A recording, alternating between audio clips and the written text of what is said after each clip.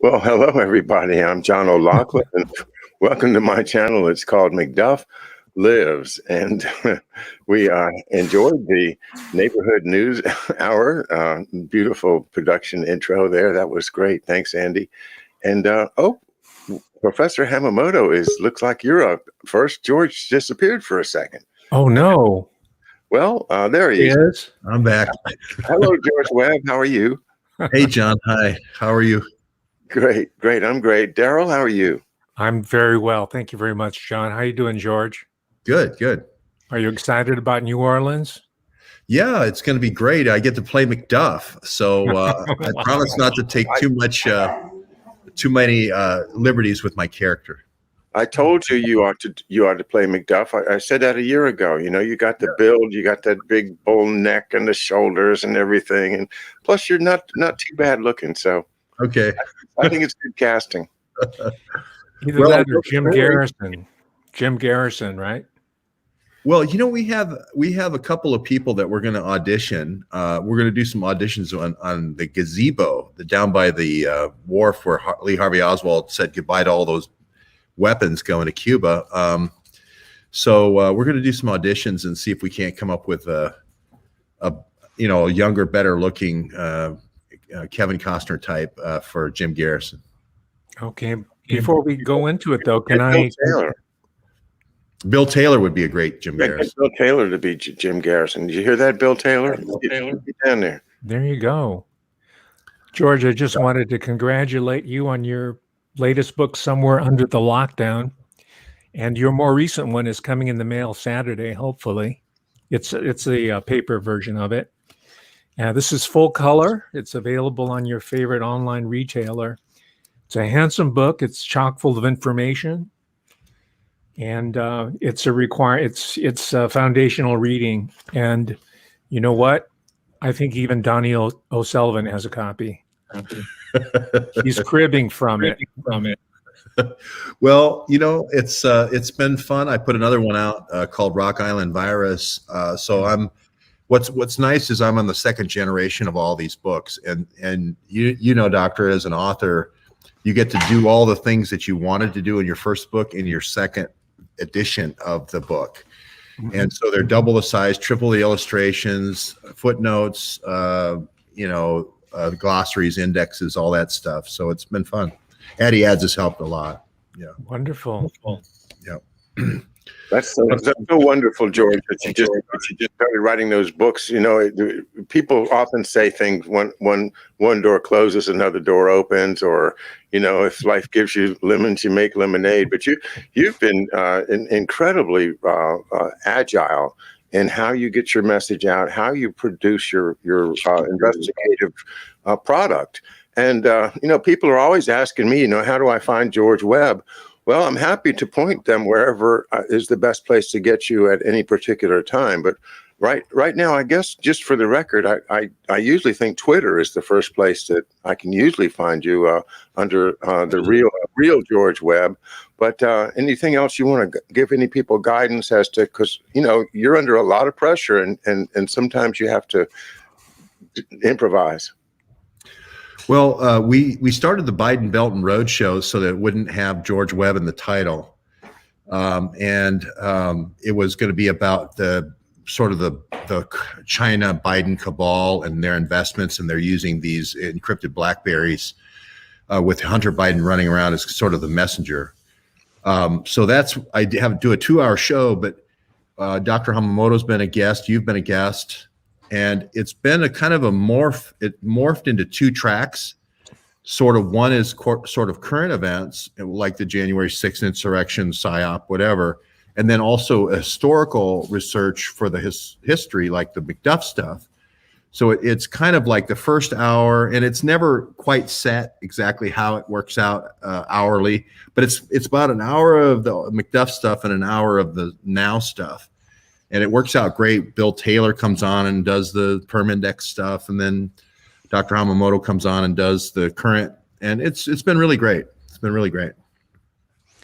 Well, let's go to Professor Hamamoto now. I wanted to speak about your new show, and I tuned in and caught a little bit of your interesting presentation this afternoon, Professor. And I really the subject you brought up, which I guess I would call transhumanism generally, with an awful lot of detail that is of great importance to parents and youth and everybody that wants our human identity to remain human. I mean, it's a fascinating but also frightening field.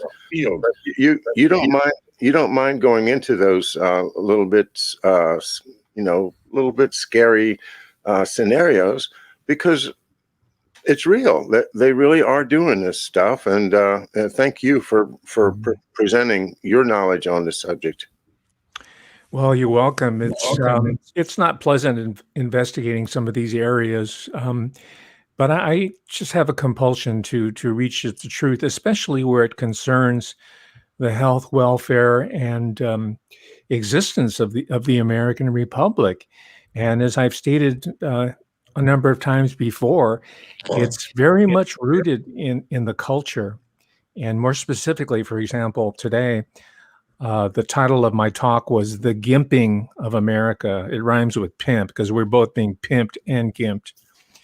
More specifically, it relates to the transformation, the re-engineering of our sexual culture, as has been done in the university, both in the biosciences with the they call it behavioral endocrinology. There's a subfield there, and it was done by paperclip era type people down in Austria and in Germany and the US. And then secondly, in the humanities, where a certain area, mostly it's called women and gender studies, but now it's generally called queer studies, celebrates buggery.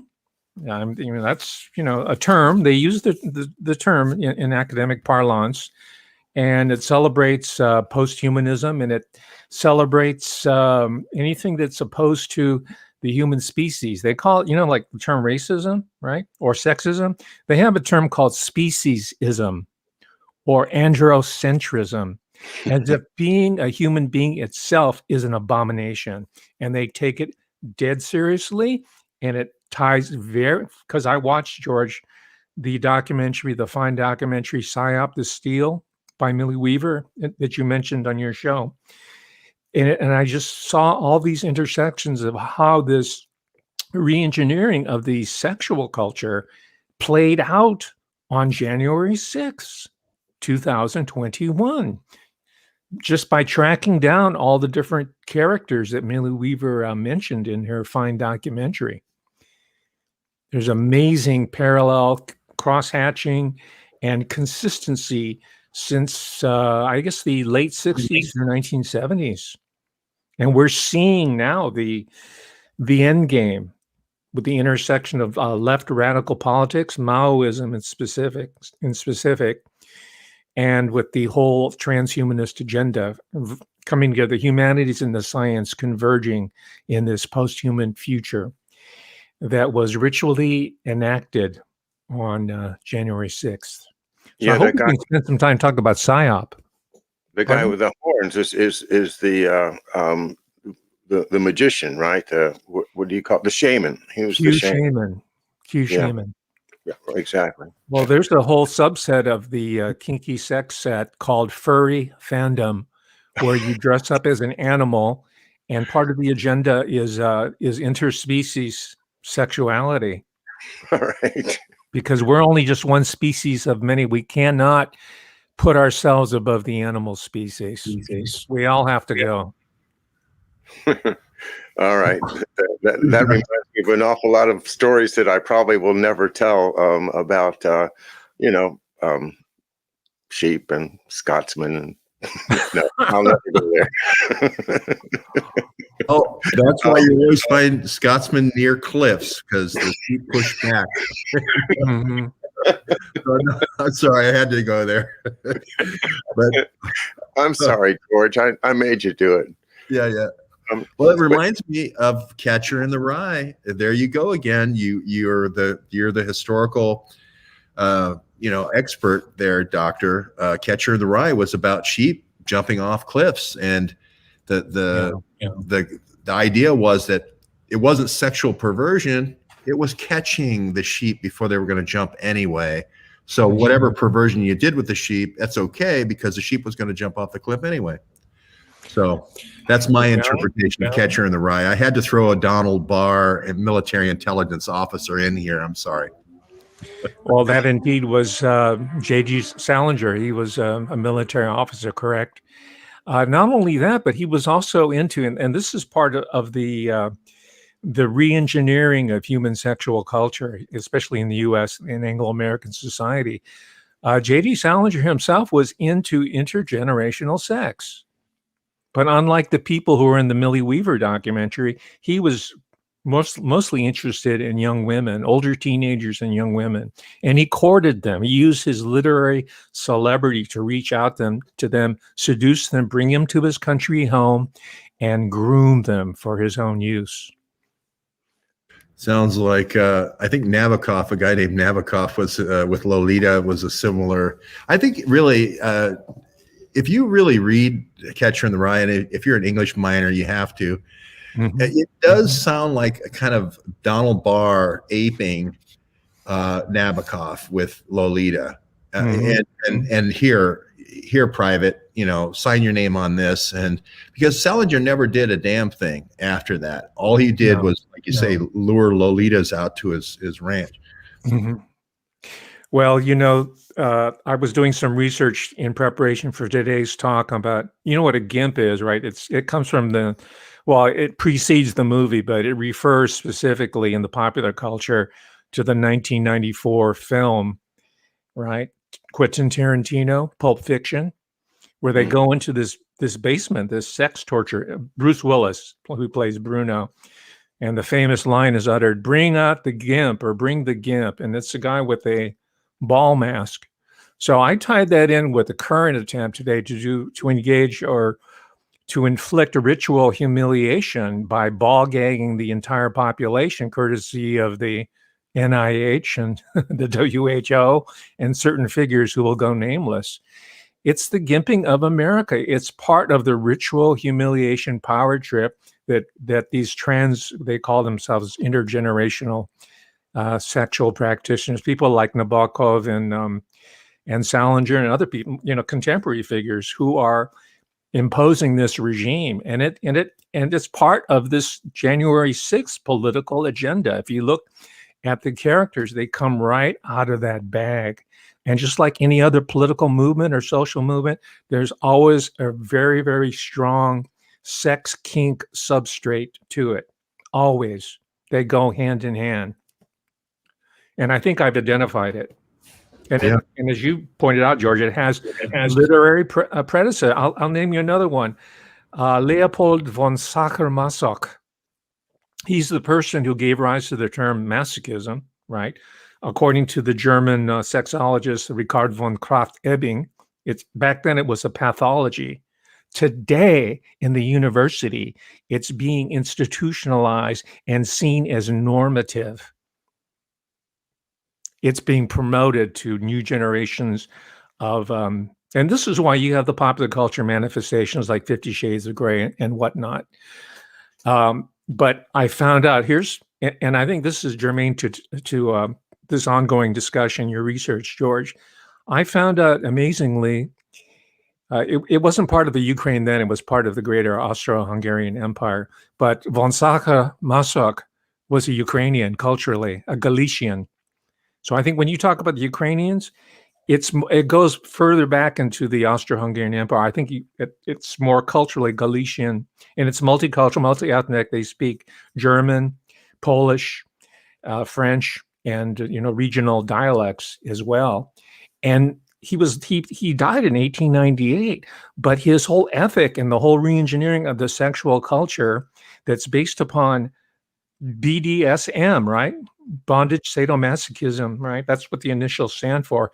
And it's in the process of being institutionalized all the way down to the primary K through 12 schools, middle school, high school, and in teacher education at the university.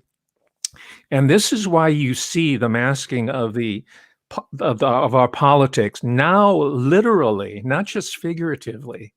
That's what I call the gimping of America. We've been pimped by the bankers, and we've been gimped by the so-called inhumanities professors at the elite institutions. And you need both. You need to create a political economic crisis. You also have to create a crisis in the self. And this is what's being executed right now. Interesting. I immediately think of Galicia and like that northwestern corner of Ukraine, where there are these kind of continental educated group of intellectuals who entertain these sorts of ideas, but they all speak 5 languages, and they kind of become the substrate, as you mentioned, of the intelligence network of these white Russians. You know, yes. Golanowski, obviously the Polish, maybe he's Romanov, maybe he isn't, that guy. John's been doing some great stuff with George de Morenscheld, and this whole crew seems to be very continental in their identity. But no, I think these two things go hand in hand with the moral turpitude, and then also acts of horrific violence and cruelty. And, you know, Hitler, that was certainly true with Eva Braun, and the Lebed and Bandera and those guys that became this stay behind army. These Azov armies certainly had that quality as well. And up till today. And that's the presence I think you see there on January 6th, where you have those Ukrainians. Thank God Millie covered it. Otherwise, it would have been my conspiracy theory. But Gateway Pundit came in with the pictures, and Millie's thing did a great job of showing this. Who's bringing these people in? And then the other one is Jack Sullivan, the intelligence officer, at Colorado Springs, the Air Force guy, who has the 2 boys, one on the right, one on the left, supposedly, but they're both PSYOPs, John and James Earl, Antifa, and Proud Boys, supposedly, which is just a big front. But he's bringing, and he's shuttling people back and forth to Syria. I say also Libya. I say also Ukraine for the Maidan. But you can see this is a revolving door of, hey, we're going to do what we did over there, the crazy stuff we came up with over there, and we're going to run it into your capital, and we're going to film it, and we're going to make everybody think that's what happened.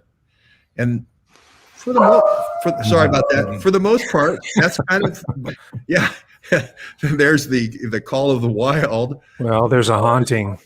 Yeah, there's the howling. Yeah. And I think that's what happened on January 6th. And if we go in that direction, I can talk about Golanowski. I'm reading his book, The Imperial Agent. Excellent. And well, you know, this is not to cast aspersions on adoptees, but both of those boys, right? Sullivan kids, they're adoptees of a high-level military officer. And this is where, and again, I don't know if they're victims of ephebophilia, but I have come to conclude, at least provisionally, that what we're seeing here, the glue to this whole system, because this is a social psychology that we need to really break down. There's mechanics involved, right? It's like the BlackBerry, but deeper than that is a social psychological glue that needs to be picked apart. And I have come to conclude we're dealing with a military-industrial ephebophilia complex. And it was confirmed, at least part of that thesis was confirmed by Millie Weaver's revelation. Well, it was not her revelation. It was splashed all over in the news that the co-founder of the Lincoln Group, John Weaver, is accused of ephebophilia, and the head of the Lincoln Group had to resign. Steve Schmidt, one of the co-founders, had to resign because they were in full knowledge of what was taking place. And as it turns out, Ali Alexander or Ali Akbar, whatever alias he's using, according to Millie Weaver, so don't sue me, Ali Alexander. I know you're the meme meister, and I didn't trust you from the moment I set eyes on you. I knew at minimum you were a fame whore, and I knew at maximum you were an asset that was placed in there to destabilize the loyal opposition. But reportedly, Karl Rove himself had an affair with the tiny prancer, as he was called affectionately, Ali Akbar, who is also LARPing that he is a black man, that he's down with Ye or Kanye West. He is a dark-skinned Arab. He is not a black man. Neither is Rachel Doziel a black woman. She's LARPing. The part subject. Okay, I do. I want to change the subject. I don't want to talk about Ali Alexander. If you don't. I've looked at his act. I've seen some of his stuff, and I know he's very, very controversial right now. I don't take a position on him one way or the other, but I know that many people feel strongly. But I don't really want to give him any more time tonight.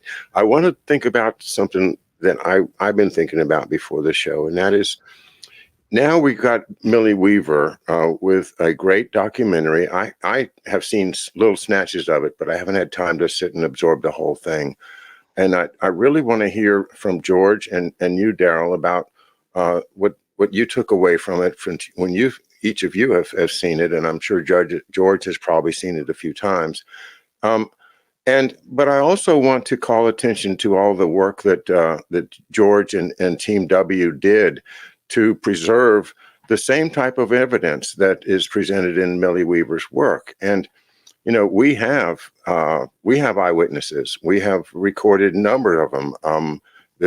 When the charrette was going on, and the people in the charrette went down there in their car caravans and participated in the peaceful protest, they used their eyes and ears, and they became witnesses, and they offered their witness to us on video. And we've got probably at least a dozen people that say basically the same thing from different parts of the crowd, that, hey, this was just a bunch of people down there to support President Trump and to protest against the what they suspect is fraud, but to see that Congress really did its job and have a hearing on that issue. So that is just your ordinary citizenship courage, and it's speaking up, and it's also an expression of our First Amendment rights that are now under threat by so many of the social media companies because of, one of them said that they had to strike some channels because they didn't sufficiently support NATO. You got to support NATO now to be on Twitter.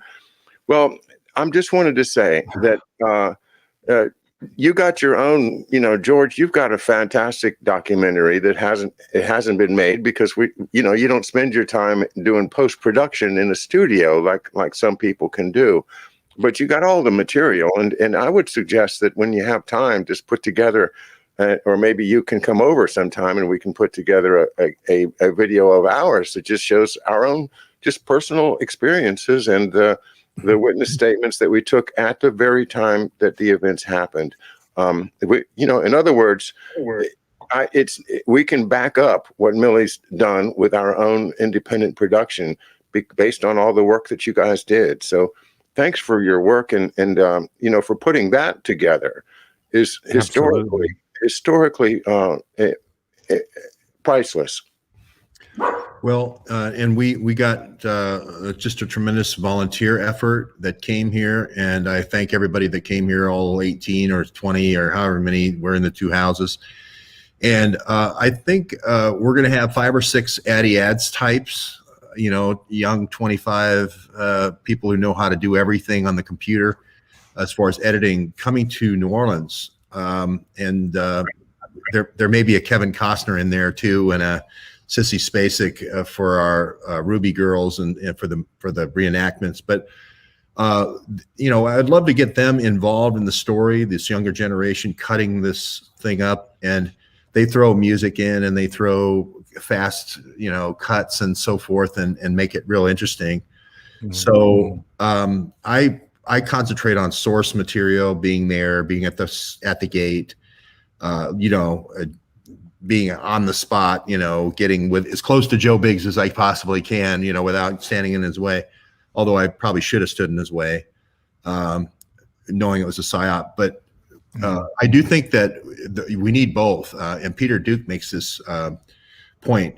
You have to break through, and you have to have that polish in order to get to break through the breakout. And that's what she does really well. Millie and her husband, who's been in Hollywood a long time, and he's got a big team. So, when somebody comes in and, kind of covers you, kind of takes your material and then rolls it all up into a nice piece like that, I'm all for it. I'm like, hey, go for it. I think they did go on. Well, I'll just leave it at that. I think they did a good job. If Ann Vandersteel hadn't interviewed Berge, I would have never interviewed Berge. And Berge wouldn't have become kind of like a little mini star here in all of Millie Weaver's stuff. So we are getting through. It's just not happening super fast, but it is working. It is working.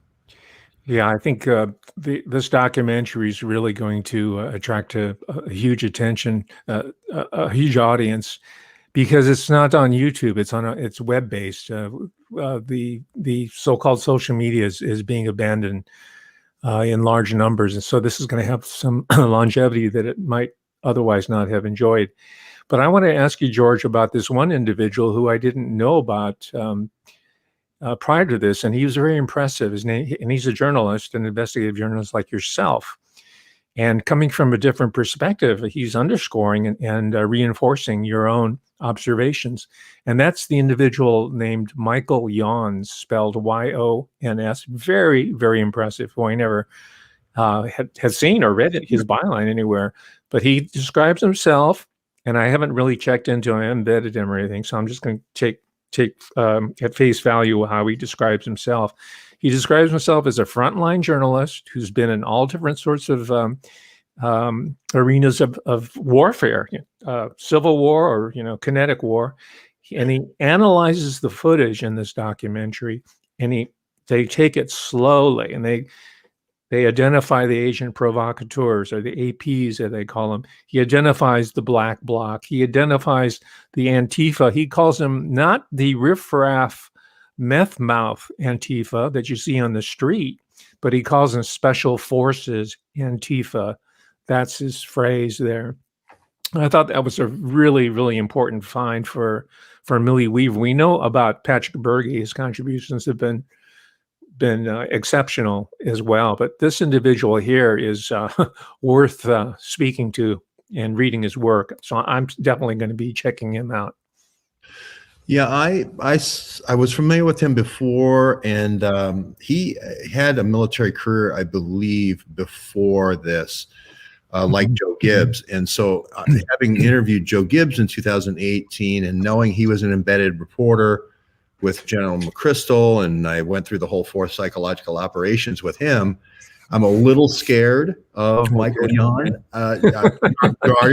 guardedly, but he certainly has the chops. I mean, he was in Syria and Libya and Iraq and Afghanistan and all these conflict, Kosovo.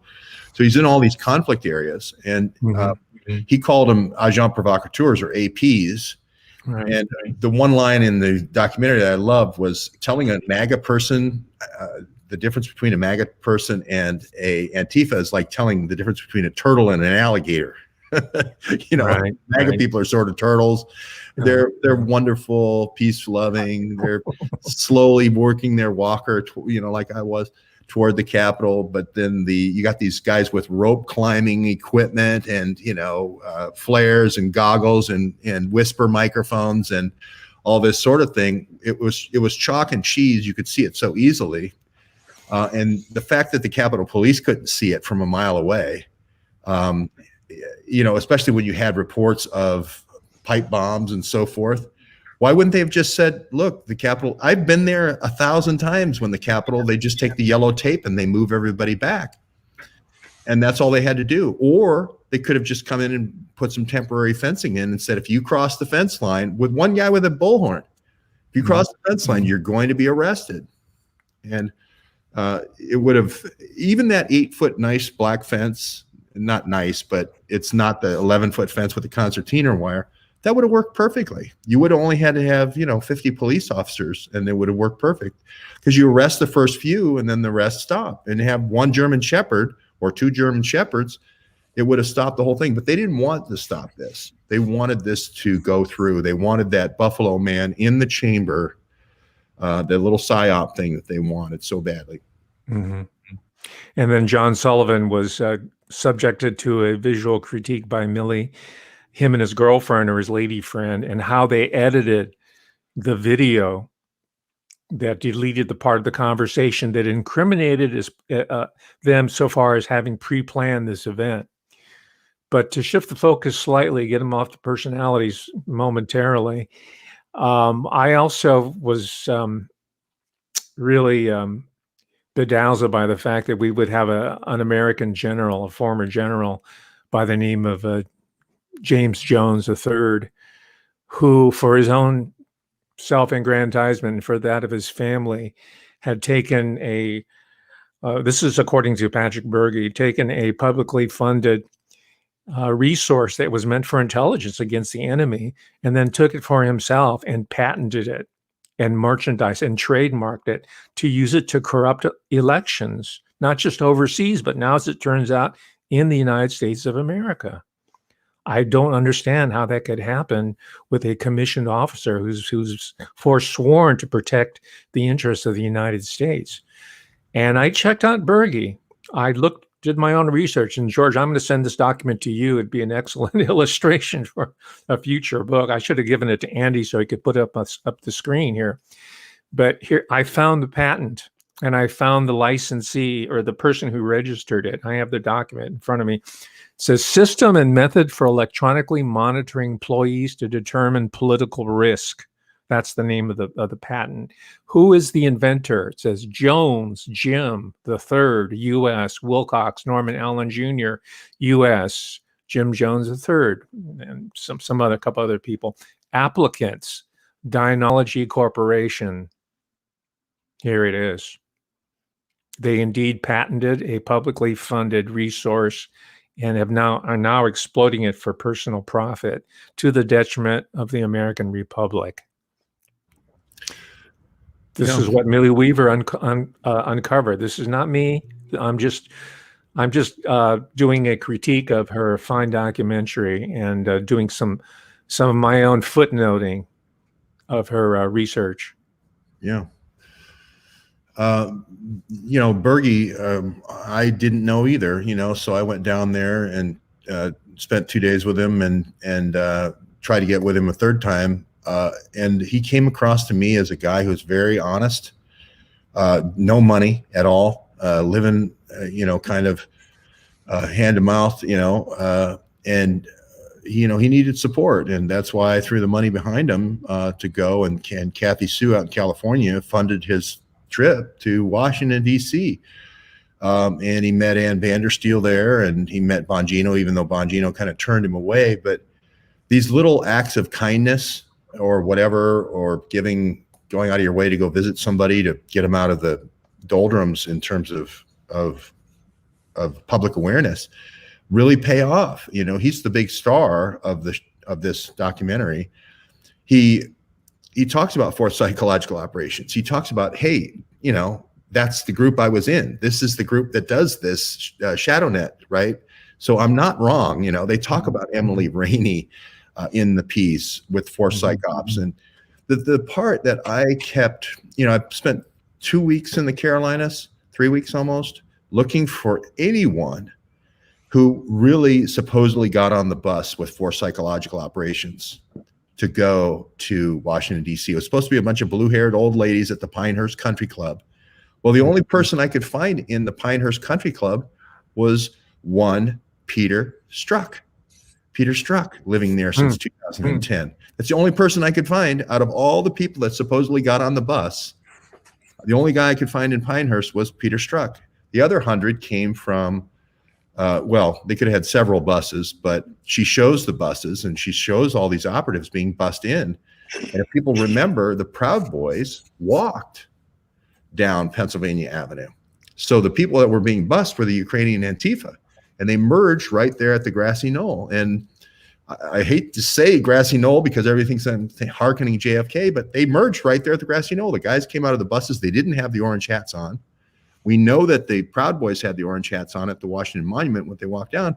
They all pulled the orange hats out of their thing and they put them over their head, and then they put the masks on their face.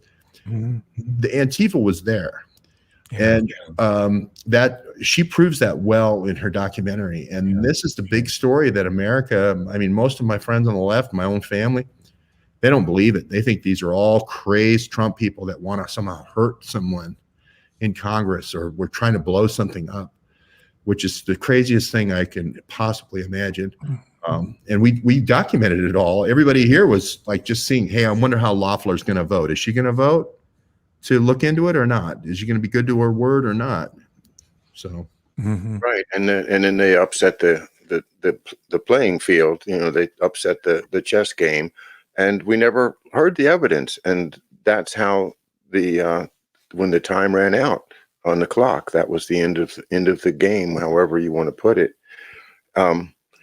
Well, I want to ask a kind of a bigger question. Suppose that this Millie Weaver tape and your work and other people's work starts to converge, and the nation starts to realize that this was a psyop. Now we've got our capital surrounded by military troops with fences and, you know, military vehicles, and it's just like, it looks like a coup. And if people start putting together the fact that there was this psychological operation going on at the same time that they started fortifying and militarizing Capitol Hill with this zone, this fenced-in zone, doesn't it start to look pretty bad for the people that ran the PSYOP? That doesn't it start to look bad for the Pelosi's and the McConnells that let this happen? I mean, if things keep coming out the way they are, then if you know, the truth will set us free. What do you think? Well, I think, you know, these folks are the ones who gave encrypted communication to Muslim Brotherhood and ISIS along with weapons for 2 decades. So now they get to play the victim and say there's some plot to blow up the Capitol on around the State of the Union now. The new gal Pittman, who's been put in charge of the Capitol Police, is saying this. These are all just laughable, transparent, paper-thin psyops, you know, that are people are supposed to believe this. You know, after we outed the Proud Boys and said, hey, your leader just happens to be Cuban and black, and you're trying to pass this off as a white supremacist. I mean, this is just, you couldn't write it worse. I mean, it would be like Adam Schiff writing a bad screenplay and said, hey, I'm going to cast this guy as a white supremacist. Well, who do you got, Adam? Well, there's this one black guy, and he's from Cuba, and he's got a lot of communist leanings. Great idea, Adam. You know, that's a great idea. You know, that's who he cast. Adam Schiff has to bear maybe not the responsibility for the coup and the occupation, but at least the moniker of bad casting. You get the Emmy for that, man. Mm-hmm. John, let me pose a hypothetical question to you, and I'll leave any personalities out of this. What if the intention is for the American public to move on these misanthropic miscreants such as Nancy Pelosi and the rest of them, and further the disruption with the idea of then bringing in international troops, such as the people in the cute powder blue friendly helmets, the United Nations troops? I suspect that is really what is in the cards. The deal is that the plan is to get the American public riled up. And in a certain sense, the Millie Weaver documentary plays into that, right? So, George, when you talk about the skepticism that inheres in all these material. I mean, I for one don't understand how Millie Weaver went from somebody in the Alex Jones show who'd go on the University of Texas campus and putting a microphone in front of some undergraduate and say, hey, what do you think about the Second Amendment? And they go, oh. How does she go from that to delivering a very, very sophisticated documentary, right? So maybe the idea is to get the American public upset by, first of all, educating them about what really went down, but that's really not the end game. The end game is to create more instability, more chaos, perhaps even violence, to create the pretext for international, and supposedly they're already in place. They're already here within the U.S. mainland, foreign troops ready to restore law and order, just like the United States used to do, or still does, all over the world. But here in the U.S., what do you think, John? I'm sorry. Go ahead. I am going to defer to George on that. He's an expert on this stuff and been reporting on it for 5 years now. But I would just take a shot at it from my point of view. This is just one of many instances in which the American nation, culture, society is under tremendous stress. And part of what you were talking about earlier with this crazy attack on what, really we should all be celebrating the wonder of human sexuality instead of trying to pervert it and change it into controlling people and changing their lives before they're old enough really to even, well, as I say, I don't want to spend too much time on that, but my point is they are trying to make us like dumbing down in education, taking apart our health system. I mean, I don't even have an MD anymore. I've got a PMD or something like that. But the whole system of supporting humanity is being undermined, and that is at the expense. That's what's happening while they're spending all this money on wars. So that continuing undermining under what you say is certainly likely that's part of it. And George says that her husband is a highly experienced producer, so that can explain a lot. She has wonderful production quality, of course. Yeah. But I don't know. I mean, I think the thing is to concentrate on the facts, and she put out a lot of important facts. And I still think we have to entrust the American people. That's the whole key, is they're trying to get us not to trust ourselves. It's like saying to a jury, hey, ladies and gentlemen of the jury, you're all too stupid to decide this case. So I'm going to send you home and let the judge decide it. The American people are not that stupid as long as we're given the information. And that gets back to my point, was that whether she is or is not a PSYOP, she's got a lot of great information out there. And as George said, it's really helpful. So now let me defer to the expert, George. Well, I would say Harry the Greek has covered this Bill 7130, Senate Bill 7130, which had rolled into it the peacekeepers, the temporary police or the replacement police or the NATO replacements, whatever you want to call it. And they do have that back on the docket. I spoke with Harry today. And he's also watched this Bill 666, which is sort of the kind of the Auschwitz bill that declare all people at the Capitol terrorists, and anybody who went to any of the demonstrations terrorists and so forth, so they can start doing low intensity kind of disruption on those folks. I look at what you were bringing out, Doctor, about the sort of attacking the moral fabric as very much a NATO. This is kind of like the Ober-Ammergau spy school, where MK Ultra these kids, that are 14-year-old aspiring models into thinking that they're really some weird character out of history, right? And so I do think there's a Kissingerian component to this. He's the father of this Ober-Ammergau compromise school, and in order to, how do you stop it? I go to the one guy, and I hate to keep doing this, but I go to the one guy who outed Kissinger, and that's McDuff, and this guy, which is Golanowski. And I don't want to go back 50 years. I'm not trying to promote John. I mean, I do current events, right?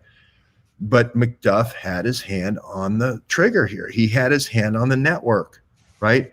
I'm to the part of the, if you're not familiar with this is this guy who says he's the last of the Romanovs, but he's this Polish agent. And McDuff's case is called the Skarbek case. And he's at the Polish embassy, and he's trying to, they're trying to downplay this fact that there's this spy who's trying to get in contact, this Polish guy who's trying to get all these Russian spies, this list, to J. Edgar Hoover.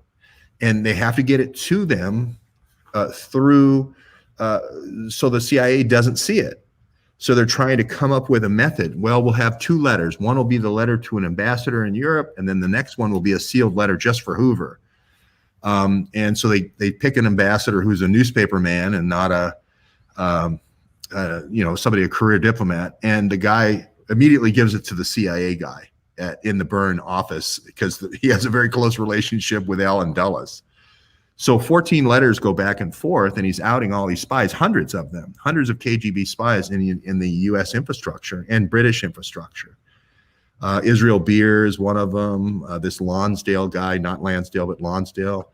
All these British submarine secrets. For instance, the Polaris was given over to Portsmouth, their Annapolis in England. And then that became the Dreadnought, USS, or the HMS Dreadnought, and those secrets went to Russia. So he's outing the biggies. And 14 of these communications go back and forth. And I'm at the point where they say now the FBI figures out that they're intercepting. Somebody leaks it to the Hoover that they're intercepting. So now they got to send a team out, and they're both trying to find who is the source of sending all these spies out, because he's creating all this havoc.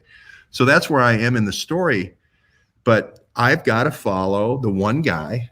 And this, Harley Schlanger says the same thing in all the EIRs. Kissinger, Kissinger, Kissinger, Kissinger. The key is Kissinger. You get that right, you're going to get the whole network.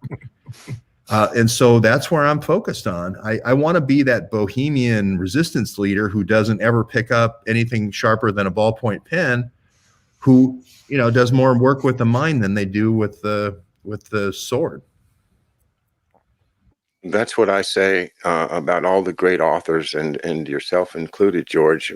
We have the privilege of having Douglas Valentine coming back on Saturday morning at 11, and I have at least 6 of his books here on my shelf. And one of the great moments in my life was when we talked to him the last couple times, and we found out that his book TDY included a story that my dad was a huge part of, and we'll go over that again and other things on Saturday. I've been in touch with him with emails back and forth, and looking forward to talking some more with the great author Doug Valentine. That's what I mean by the pen is mightier than the sword. And I have my dad's sword here in the soon to be dedicated Thomas F. O'Loughlin Jr. Memorial Library here in Mystery Island Studio, that was put together so nicely by Andy and Dave and a number of other Wes and a number of other hard workers like yourself, George. You helped, things are just coming together for me with your support, so that all of this stuff is going to be permanent. And I do think that people are now know enough about my dad to say, that this is a study worth doing. Well, guys, we've been all around the world tonight thinking about different things, but psychological warfare, I think, has been the topic. The mass psychological warfare, both on the individual level, they do it. The gaslighting and the other means of controlling people, doing things to force them to make the choice that you want them to make. But the from Hollywood, or Holyrood, as you called it today, the magic place, That, to me, is a British intelligence operation from the very, very beginning when they produced the Birth of the Nation by D.W. Griffith, and inspired the Southern guys to to think the South will rise again, and all we got to do is join the Marines and the U.S. Army and go to France, and so they marched off and got killed and gassed and poisoned and sickened with the flu, the 1918 flu. They'll do it again to us if we don't make them stop, and that's the big problem. We have this financial system that lives on warfare, and it controls all of our lives now, and they're using every tool in the book, including false news, the Mockingbird news, and false testimony. The idea that was a MAGA crowd that caused that violence is just false. It's just plain false, and they're going to repeat that big lie as if this was a country that would really succumb to the big lie. And I hope that we're not going to. I really, truly hope that there's enough common sense left in this country that we will not allow this to happen. And that's why I think when people realize, that the evidence that we gathered, the evidence that Millie's gathered, the evidence that thousands of others have gathered on their own little cell phones and their own testimony to one another will prove at some point our case that no, this was not an insurrection by the Trump people. It was something else. It was something else. Exactly what it was, I think George Webb knows more than most people do about what it was. But the main thing is what it was not. It was not an insurrection, which means there is no reason for them to have military troops on duty in the United States acting to control American citizens. This is a violation of posse comitatus. This is an inappropriate use of military force unless they can prove there was an insurrection, and there was not an insurrection. So this thing is going to fall. These fences are going to come down. Those troops are going to go home, and the politicians that caused this are going to have to explain it.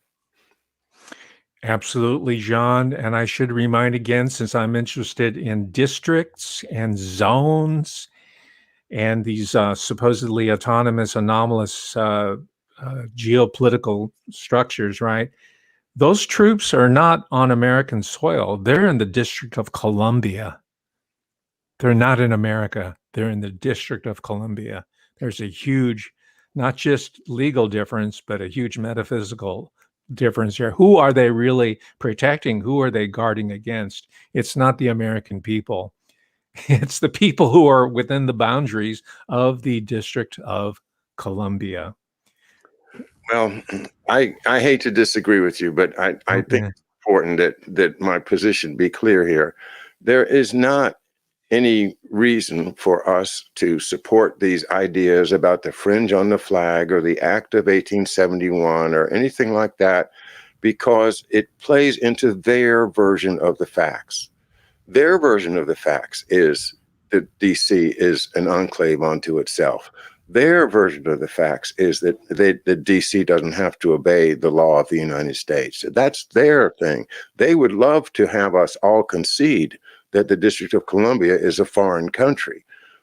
That would completely destroy the constitutional basis of this country. That would completely destroy the idea of the United States, because that's the capital city of the United States. So if you can't have the capital city be part of your country, then your country is gone.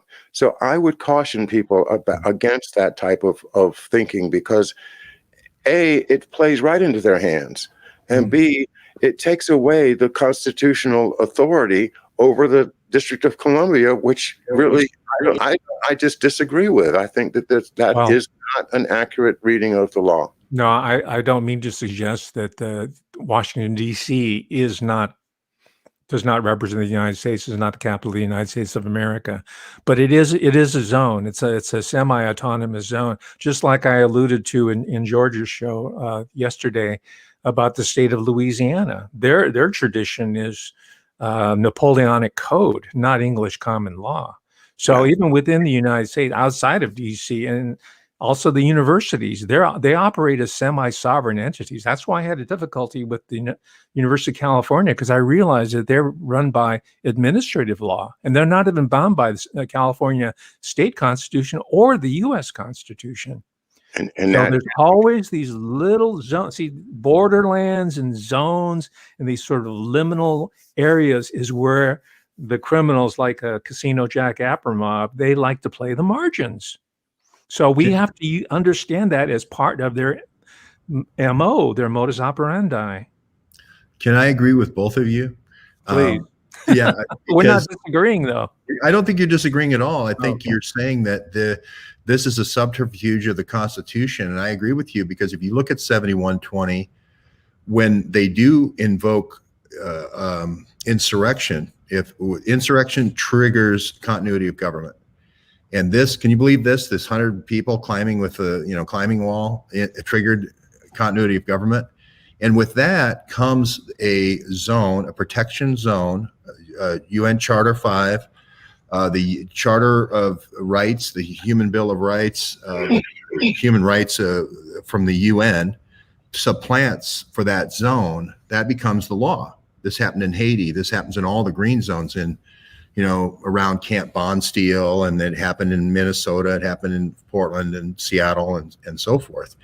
And I definitely think there is a psychological op going on here with those zones, because they're getting you used to the idea of whenever we don't like the way the Constitution is playing out, we can always throw the zone card.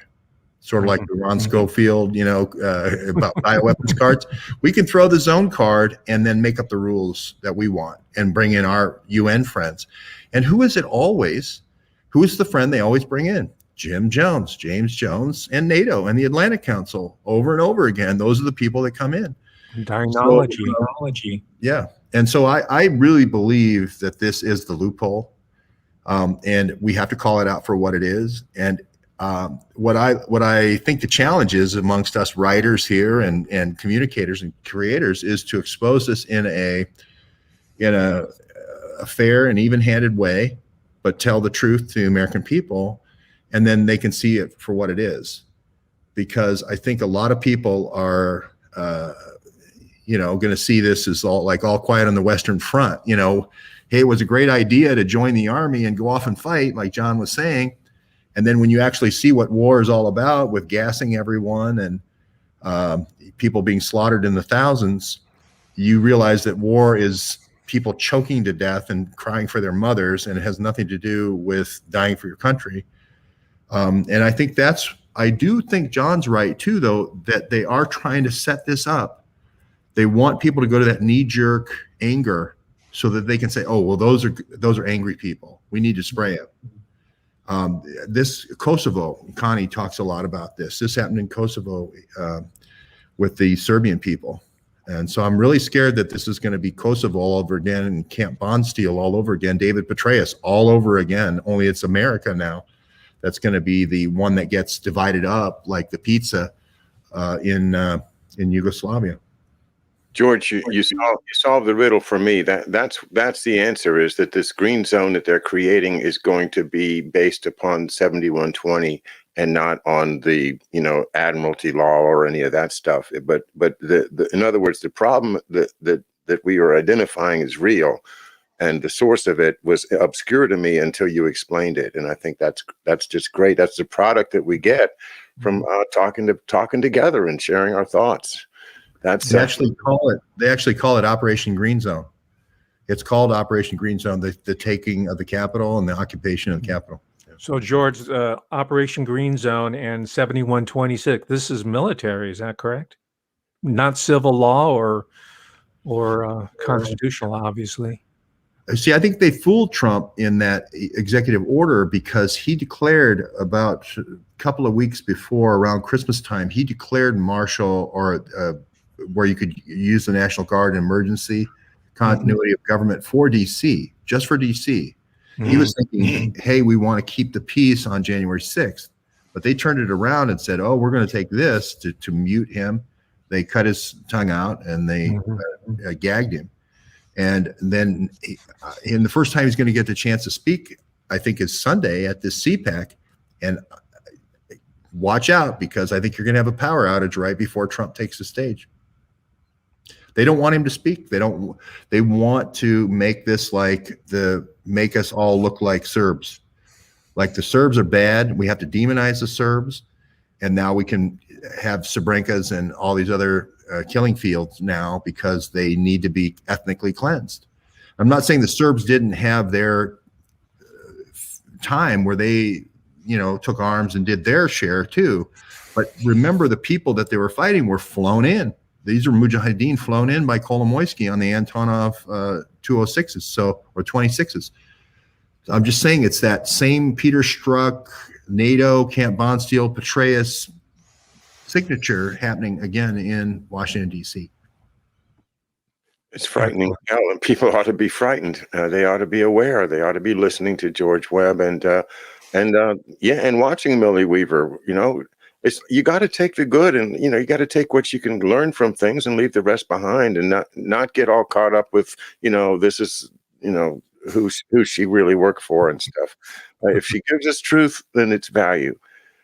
Professor Hamamoto, thanks so much. George Webb. Wow, another wonderful evening for me to speak freely. Here we are speaking freely. They may not let us do it tomorrow, but we certainly did do it tonight, and that's American spirit from all three of our brains, doing the best we can to expose the reality behind the fake news that we are trying to get bamboozled with. Okay, that's enough out of me. Thank you, George. Thank you, gentlemen. Oh, George's mic's off. Doug Valentine tomorrow night. These are very, very rare appearances. So please watch John's show with Doug Valentine. That'll be Saturday morning, actually, at 11. Okay. Great. And all right, Darrell Hamamoto, George Webb. Yes. We'll see you again next Thursday. All right. Thank you, gentlemen. Good evening. Bye. Thank you, Doctor. Thanks, John. Thank you. Thank you, George. Thank you, John. Thank you.